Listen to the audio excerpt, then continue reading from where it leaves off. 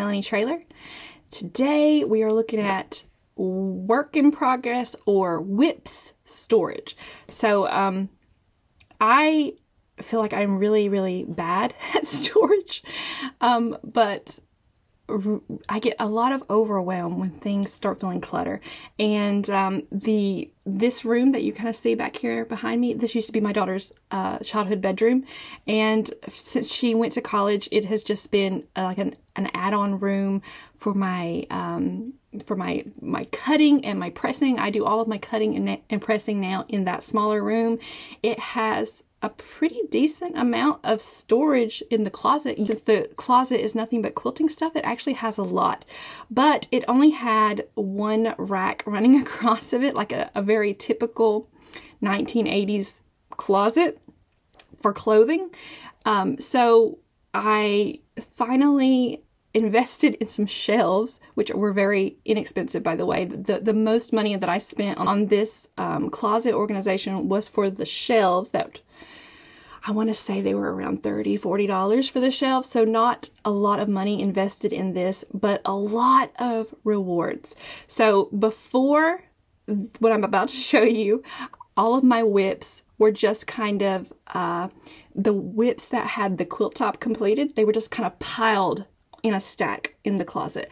And the WIPs that I would be like constantly working on, like blocks and stuff, they would just be piled on a tray and they would be sitting all over my sewing room and sitting there waiting for me to work on them. And it just wasn't working.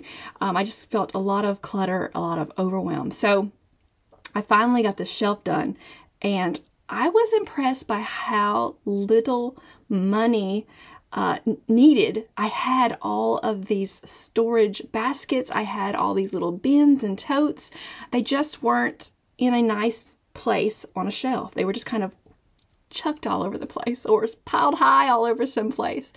Also, I invested in some project boxes, which I talked about in my last video. It was in the video for notions that I'm loving right now. Project boxes are where I am now keeping quilts that I'm actively working on, like making their blocks. And then once I get the blocks all done and get it turned into a quilt top, then I put the quilt in a basket. So now I have this whole system. It's working out so great for me. I've only had this going on for maybe 1 month to 2 months, but I've managed to keep it together for those 2 months. So yay. Anyway, let's have a quick look at the closet, and then that'll be it. Okay, here is my closet, and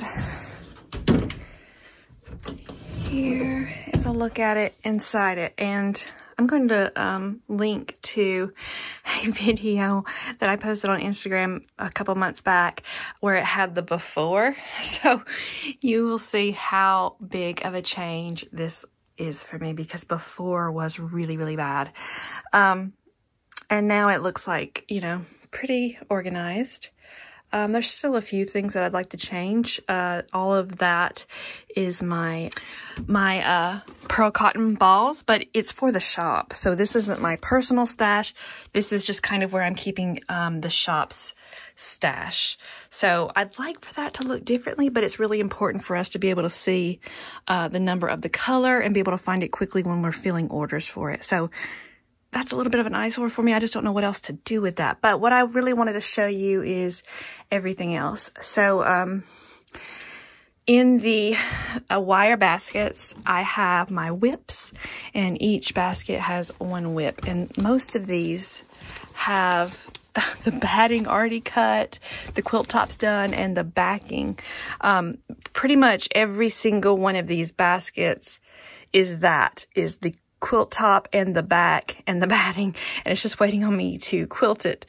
This one has a top and backing, but not the batting. And there's notes in there for each one of them so that I will, you know, remember where I'm at. So it's ready for quilting. So I've got that at least organized where I'm not constantly forgetting where I am on stuff. So the baskets represent WIPs that are ready to be quilted, or at least they need their backing made or their batting cut or something like that.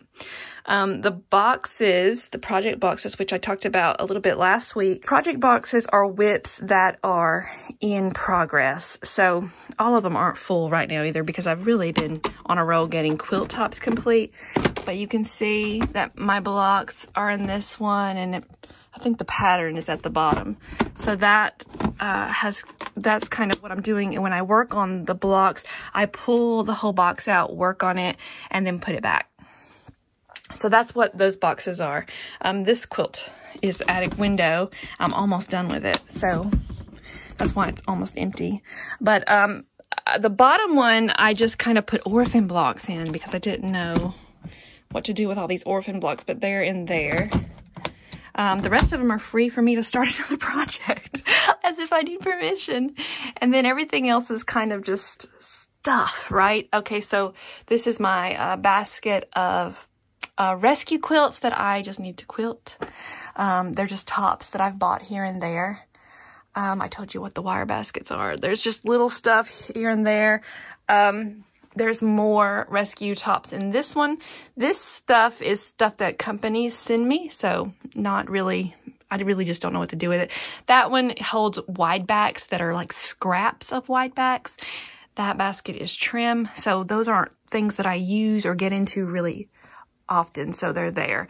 And these sitting on top of this chest right here is just empty baskets or totes waiting for me to need them. I actually purged before I completed the closets organization, so I have a couple extra baskets in case I need to use them for whatever reason. So having it this way is really, really nice. And then if I decide, hey, I think I want to quilt something today, I can just come in here, grab this, you know, and get going. So I'm really liking what I have going, especially when compared to how big of a mess it was before. So having it organized like this is not just, it doesn't just look better, but it actually like feels like it's like decreased the overwhelm going on in my mind a little bit. And I can also see, you know, where I'm at, what I need, what I have, and all that. So yay for closet organization and mostly whip organization.